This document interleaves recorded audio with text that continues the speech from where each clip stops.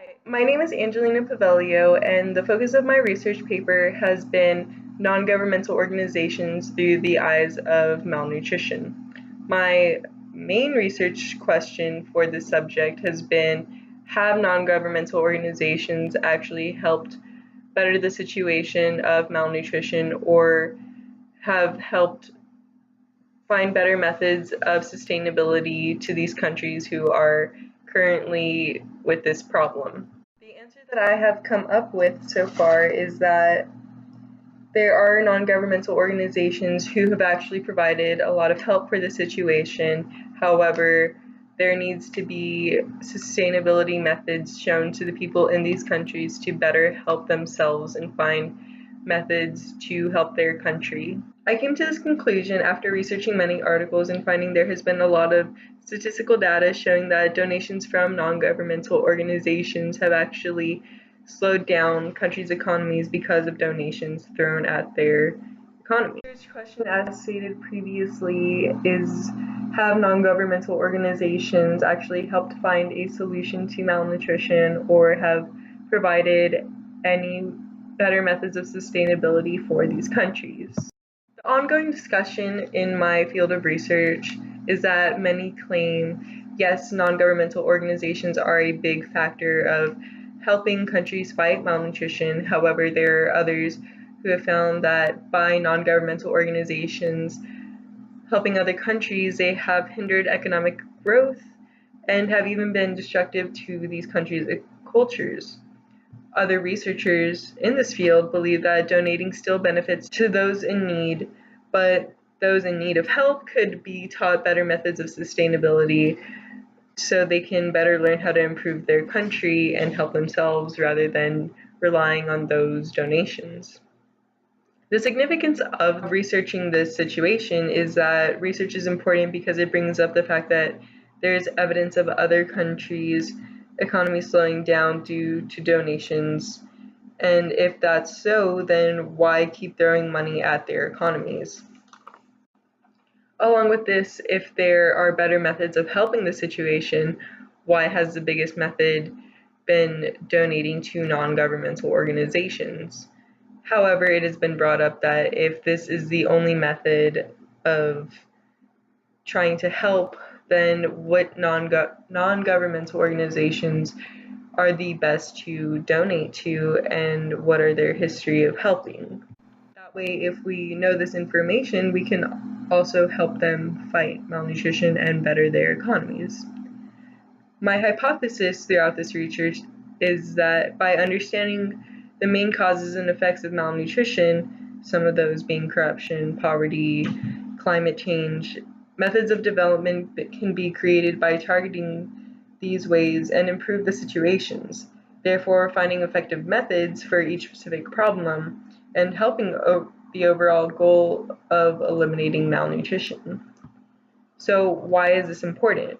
I found several studies shining light on this research question on being a scholar in this field, providing evidence that non-governmental organizations have actually helped. I quoted one of his researches, and which was in 2015, the USAID's Feed the Future program helped more than 900 million farmers increase their incomes by $800 million and in fact proved the nutrition by 800 million children. The next scholar I reviewed was Angus Deaton, who is one of the most recent Nobel Peace Prize winners in economics, and he informed that in the early 1990s, Africa's economy dropped because of money being thrown at their economy, and this is harmful because if governments aren't helping people improve their economies, then why would the people support their government? My own logic for this problem is that if donations are not helping their economy, then instead people should be sent to these countries to show better methods of sustainability themselves. So by showing the people in these countries, they can learn how to better farm, better use medicine for their people. The next step of my research project was the multimedia part. I chose to create a Tumblr blog for this. I've been on Tumblr for many years and I understand how to work it, and I understand how to gain an audience's attention faster through this. Tumblr has many sides to it, if those of you who don't understand it. Um, the audience that I chose for this project was the political side of Tumblr, and because they are more active and responsive mostly, the content that I put on my Tumblr account was ways to notice malnourishment, what to eat if you are malnourished, what are the different forms of malnourishment and how to decipher between the many, how to identify them, and lastly, what are the best non-governmental organizations to donate to if this is the only way someone can provide help, and which aren't the best organizations to provide to. My connection for this project is that I believe this research connects to everyone because malnutrition is not only in third world countries, it's those in America who are obese, underweight, and dealing with anemia and so on. Not only this, but a lot of the times advertisements are asking for donations.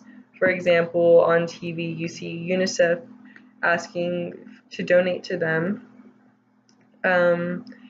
If we're being advertised to donate to them, then we should know who they are, what they do, what their goal is, what their background is, so that we can know if they are someone to provide donations to. A last reason is that this is relative because we all know about malnutrition, but we aren't fully educated on this topic. It's not just those in Africa who are starving, it's people across the globe. And if we are not made aware of all the details of this problem, then how will the situation be prevented from not spreading? So, thank you for listening.